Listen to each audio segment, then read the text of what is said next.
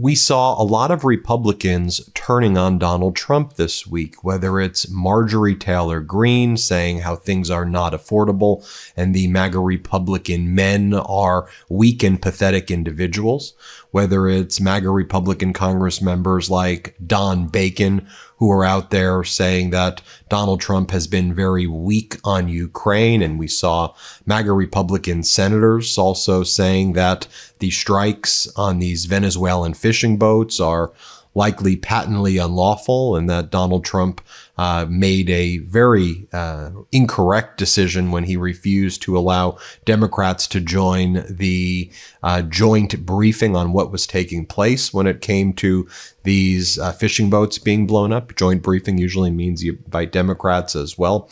You have MAGA Republican Congress members as well and MAGA Republican senators starting to say, you know, look, what's going on with this government shutdown is just crushing MAGA Republicans right now as they head into the midterms. Republican Congress members are saying, you got to bring us back to the Capitol building, MAGA Mike Johnson. It's a really bad look when our constituents see that we're not working. And, you know, you can lie over and over again that we are, but we are too scared to do town halls in our district because the people hate us. So can we at least pretend we're working back in Washington, D.C.? And then, of course, you've seen our coverage in the Senate this past week, where the Senate, with an assist of 4 Republican senators, voted first to cancel the Brazil tariffs, then to cancel the Canadian tariffs, and then to cancel Donald Trump's tariffs against the world. And look, I would still say overwhelmingly these MAGA Republicans move in lockstep with Donald Trump. The government still shut down. The MAGA Republicans still allow Donald Trump to behave as an authoritarian. But I think it's worth flagging here these specific instances. I'll give you this example here. Marjorie Taylor Greene, she's going on The View. She went on Bill Maher. And then on this podcast called The Shipwreck Show Badlands, she says that the Republican men in her party, she goes, these are weak and pathetic men, and that she's beyond pissed off at their behavior. She's also said that she thinks Adelita Grijalva should be sworn in, and she's attacked the MAGA Republicans for not having any plans when it comes to lowering healthcare prices. Here's what she said on The Shipwreck Show. First, let me play you this. And I'm so angry at my own party. And I'm angry at all the men in leadership in the House and the Senate. And I'm like, you guys are weak and pathetic. And so that is my viewpoint, because I'm a business owner, and I think of these are our customers, and we have a responsibility to serve our customers, and we have a responsibility to take care of our employees. And then also I'm a mom, and I think you always take care of your children. No matter what, you go above and beyond to take care of your kids and make sure they're safe, make sure they're, you know, everything about it is good for them and their future. And I'll just tell you, I'm beyond pissed off at my own party and the leadership in the House and the Senate that they are totally blowing it.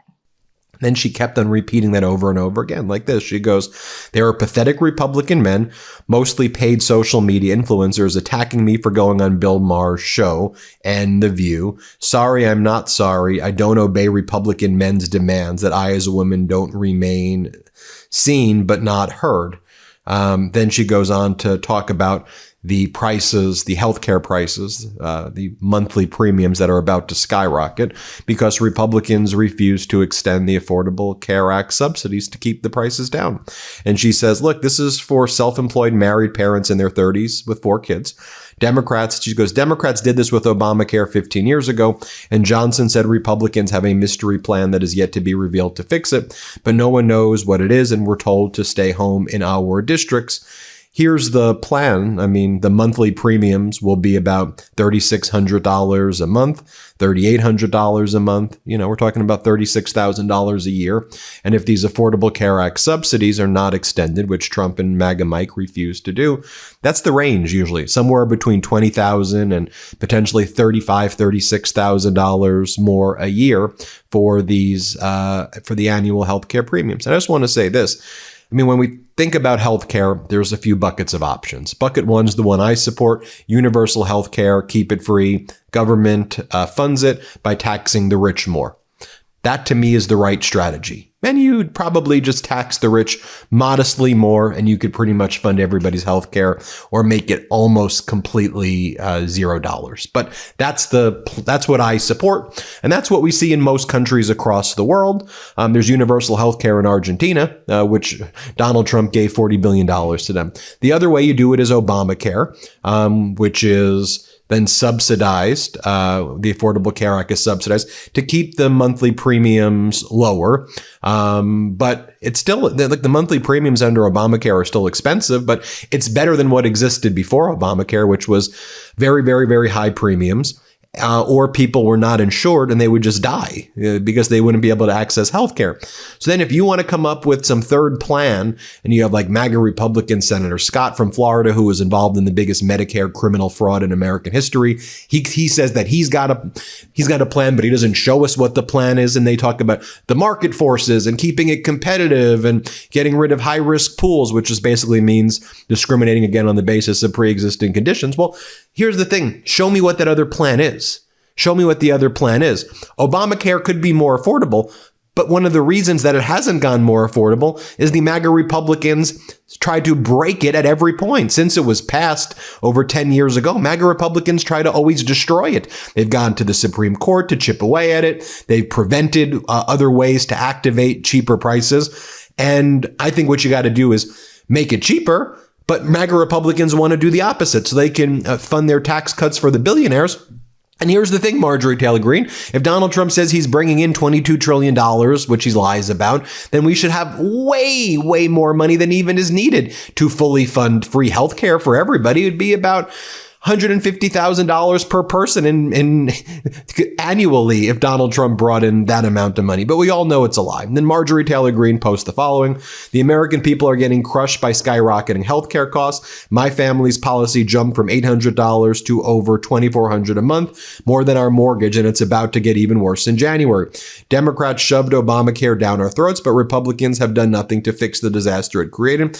I'm calling out my own party because this is unacceptable. We need leadership, a real plan that will bring down premiums and put the American people first again. Well, why don't you do this, Marjorie? Why don't you start with Obamacare?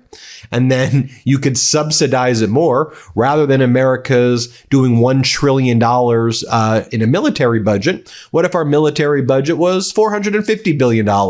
You took the rest of that money and you funded healthcare. Or what if we taxed the rich a little more and then put a few extra $1 trillion to fund our healthcare and make it free for everybody? Or is that like socialism or communism or Marxism, and that's bad? I mean, if you think about it, you think about the Liberal Party in Australia, which is actually their Conservative Party. You think about the Conservative Party in Canada. You think about the Conservative parties in the UK, just and elsewhere. They support government-funded healthcare by and large, although you may see ruptures there. But by and large, I mean, there's government-funded healthcare. So it's just interesting that the conservative parties, the quote unquote conservative parties in most other countries, would be deemed to be socialist and communist in the United States. And that's because of the propaganda here in the United States, because universal health care should be an absolute right for people. So Marjorie Taylor Greene went on Bill Maher and she attacked her fellow MAGA Republican Congress members. And then you had people like Senator Moreno, who went on TV and he's like, well, if Marjorie feels so strongly about this, let's see her draft her own healthcare plan. I mean, well, we have one right now. It's Obamacare. And let's see your plan, Moreno. What's Trump's plan? He doesn't have one. The first term, he said he would give us a plan. There was no plan. He spent the first 10 months of this term, rounding up migrants and throwing them into concentration camps and invading the cities with National Guard troops and ICE. But show me the healthcare. Let me see the plan, right? Everybody, let me see the plan. Here's what Moreno says. The other part of this, though, is what is going to happen with these subsidies, because the thing that Republicans have argued is if Democrats would reopen the government, then you can have the conversation about what to do on that. And Marjorie Taylor Greene is saying that Republicans don't have a plan on how to bring down healthcare costs. If the government reopened tomorrow, do you think Republican leaders have a plan on that? Yeah, absolutely. And I would say to Marjorie Taylor Greene, I like her. She came out to Ohio a few times. She's certainly able to write a bill herself. Like, if this is something she's passionate about, put pen to paper, write a bill, present an option. Don't just criticize what other people are doing. In terms of what Republicans think, is that the marketplace should work. What Obamacare has proven is that it's a total abject failure at keeping costs affordable, ironically, in the name.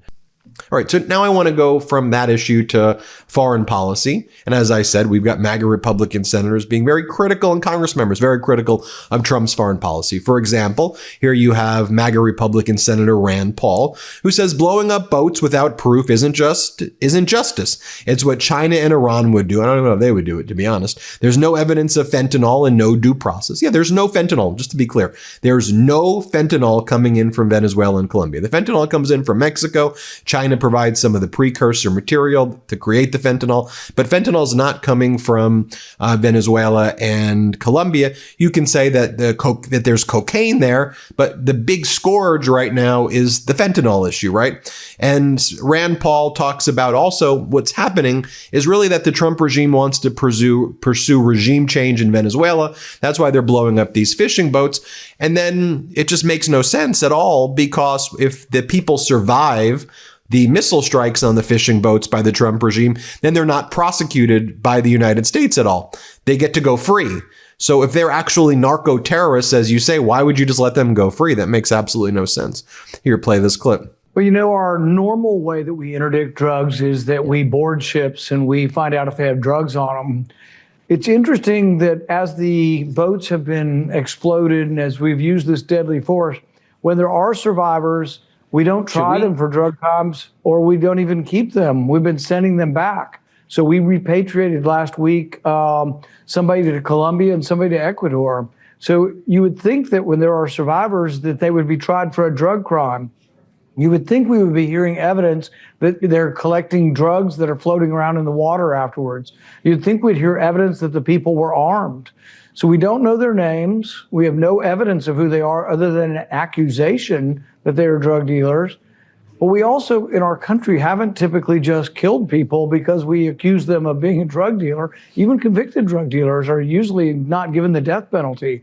So there's a lot here that it's easy to be angry with people. But if we get rid of the idea of presumption of innocence and we're just going to blow up people on boats with a 25% potential error rate, I think I have problems with that. And I can certainly understand that. I think if you want to be a pragmatist and you're not concerned with all of the I think American ideals of due process and things like that, we have a serious drug problem on this continent, and a lot of people die from drugs. So this would be a way to really kind of clamp down on it. It might not be too traditionally American in its form.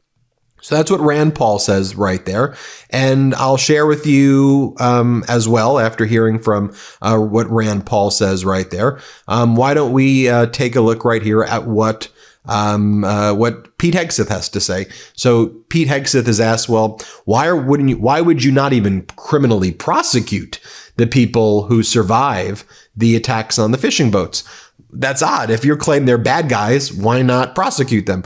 And then Hegseth gives you a bunch of word salad here. Here, let's play this clip. On the strikes, Ecuador decided not to prosecute one of the survivors of the previous strikes. Did the U.S. have enough evidence to identify that individual as a drug trafficker? And if so, why did the U.S. not try him in court? So we definitely have the evidence. One thing that's been highly misconstrued here is that in some way we don't know precisely who we're striking and why, what those affiliations are, what they're carrying, where they're going. As I've said before, just like Al-Qaeda in the Middle East, we understood that. We know how to map networks and hunt enemies of our country, terrorists, and in this case, that's what's happening. I mentioned this in another meeting too. There were moments in Iraq and Afghanistan when we were fighting terrorists where we would have to hand those terrorists over to a host nation and believe that they would prosecute them, want them to prosecute them. Sometimes, sadly, tragically, they wouldn't be held. We jokingly called it the Iraqi catch and release program, where there was no prosecution when there should have been. And frankly, it made our jobs more difficult and dangerous on the battlefield. Now you're having to relitigate that. In some cases, we understand by handing people over to host countries, they may treat that situation differently, even if we present that evidence. It's a risk you have to take, but it doesn't change how we're focusing on these narco-terrorists. They are the Al-Qaeda of the Western Hemisphere, and we will strike them wherever we find them. So thank you very much. I appreciate it. Thank you very much. Thank you. Mr. Secretary, are you presenting the evidence to Congress? Can Oh, we are presenting it to Congress. We have time and time again. On a bipartisan basis, they have been given the evidence directly.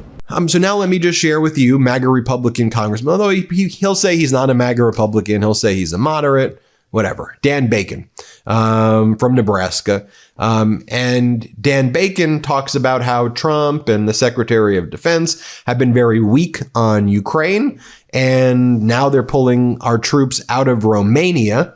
And it's sending a terrible signal to Ukraine. Here's what he's got to say. Let's play this clip right here. U.S. announcing plans to withdraw some troops from Romania and NATO's eastern flank. Here's Wicker in opposition to that. So, we watch this, obviously, with what's going on in Ukraine and what have you. Is this a big deal? What did you make of it? Well, Chairman Wicker is absolutely right. So is Chairman Rogers on the House side, two Republican chairmen who criticized this move. The president has been, I would say, fairly weak on NATO, fairly weak on Ukraine, but the leadership of the Pentagon are even worse. The Secretary of Defense and his Undersecretary for Policy, they come off as being anti-Europe. In fact, it was Secretary of Defense Hexeth himself in that Signal chat told President or Vice President Vance that he found Europeans loathsome as much as he did. That's their attitude. We got to realize the hot war is in Europe right now. It's the Russia's invasion of Ukraine. We need a U.S. presence for deterrence. Romania and Poland and the Baltics desperately want our presence to serve as a deterrence. And to have this president, or in this case, maybe it's the Secretary of Defense doing it without the president's approval, but to have him remove troops sends a terrible message to NATO, a terrible message to Ukraine, and unfortunately, a terrible message to Putin. And one of the interesting things, too, also is you've got real MAGA Republican James Comer from the Oversight Committee. Now, he's been put in a position where he has to call out Alex Acosta.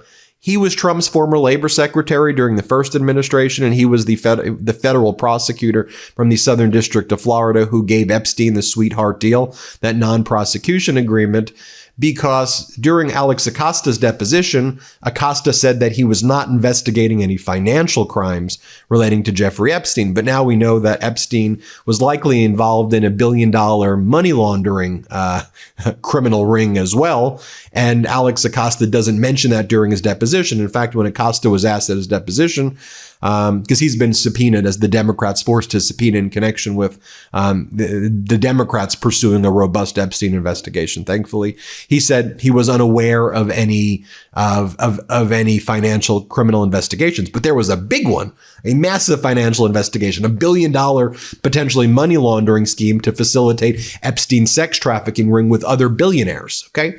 So even Comer had to basically reach out to Alex Acosta now and say, dude, come on. You want to come back? Like, you put me in a very bad position right now. The Republican chairman of the Oversight Committee on Friday asked Alex Acosta, the former United States attorney who signed off on disgraced financier Jeffrey Epstein's controversial 2007 plea deal, if he wanted to come back and clarify the recent testimony on the panel. Comer's request follows a report by Bloomberg, Jason Leopold, really good reporter, that cited emails from Epstein's private Yahoo account to show Acosta's office investigated Epstein for money laundering as part of a sex crime probe 17 years ago. Acosta told the House Oversight and Government Reform Committee in September that he didn't recall any discussions of potential financial crimes as part of his office's Epstein investigation. So you've got that aspect of it too. Or how about Congress member Ryan Zink, who says that the American economy is not great right now? Here's what he says. Here, play this clip. The government shutdown itself, you can go a couple weeks, but as you pointed out, our economy is not great. There's a lot of strain. This injects another degree of uncertainty and distraction in the economy, and it's going to affect. And we're going to see WIC go away. We're going to see benefits of people that really need help. They won't be able to get it. Now, Secretary of State Marco Rubio, in this clip I'm about to show you, it's not that he's throwing Trump under the bus per se, but when he's asked, like, why you seem so weak when it comes to Russia, and you said before that all Donald Trump would have to do is pick up the phone and speak to Putin, and then you would get results. So Rubio, why has Trump been able to accomplish nothing when he said that there would be peace on day one, that he'd be able to bring peace on day one? Watch what Rubio says here. Let's play this clip. Well, a couple of months ago, you said that what was necessary to end this war would be a conversation between President Trump and President Putin, but there have now been multiple phone calls between the two of them, and yet the war in Ukraine goes on. Does this speak to any weakness in terms of the president's ability to negotiate an end to this conflict, or why does it persist despite them having spoken? Well, this is a war that the president inherited, right? He got elected and it had already been going on, and no progress had been made to that point towards peace of any kind. In fact, there had not even been any meetings between the Ukrainians and the Russians for quite some time. So while there's been some humanitarian exchanges made, obviously that's our goal here, is to end this war and any role we can play. So this is not a war that started under President Trump. It's a war that wouldn't have happened had he been president, but now it's here. And we'll continue to engage and do everything we can and hopefully make progress. As I said, and I've said repeatedly, look, we are, if we see an opportunity to make a difference in this, we're going to take it and we're going to pursue it. And that's what the president has done. And he deserves tremendous credit for having multiple phone calls with leaders from both countries and anybody else. And finally, let me leave you with this. This is MAGA Republican Congress member Mike Turner. Although he'll say he's not a MAGA Republican Congress member, but you could judge for yourself. In any event, he was asked about the briefing that was taking place with Congress members and senators about the strikes on the Venezuela fishing boats. And even Turner says that he was not satisfied and not happy with the way the Trump administration did this, or the regime did this, that it was really not providing any significant justification. Here, play this clip. What should Republicans be doing in the House as it pertains to just randomly blowing up these boats? Well, everybody's very concerned. From our classified briefing that we had yesterday, everyone is very, very concerned, of course, about the drug trade and the impact in the United States, the deaths that have occurred, and impacting the flow of drugs into the United States. People are similarly very concerned about what the administration is doing with the deaths that are occurring, with the blowing up of the boats. Yesterday, there were not very good answers as to, what is the standard, what is occurring with the designation of cartels as terrorist organizations. We understand that the structure of these cartels, and designating them as terrorist organizations makes sense. But what is the standard? What is occurring in this? How is it being determined as to how military force is being utilized and being applied in this situation? Mr. Chairman, did you get the answers that you were looking for yesterday, Mr. Chairman? No, and in fact, lawyers were supposed to be in the room. They were not. People were very frustrated in the information that was being provided. It was a bipartisan briefing, but people were not happy with the level of information that was provided, and certainly the level of legal justification that was provided. So that brings me to Democratic Senator Warner, who was livid about the way that this briefing regarding the Venezuelan fishing boats took place. Here's what Warner said. Here, play this clip. It's obvious why a target list is classified. Why is the legal rationale? I don't have any freaking idea. If you've got a valid legal opinion, wouldn't you want to share it with every member? If you believe, I think the administration does, that we know these guys are bad guys, wouldn't you want to catch them and show the world the drugs and show their history of bad activities?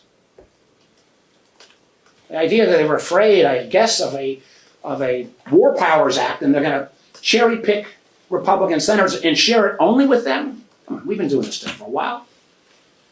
It's never worked this way. This is U.S. Government 101. And frankly, not to be divided and used as political pawns.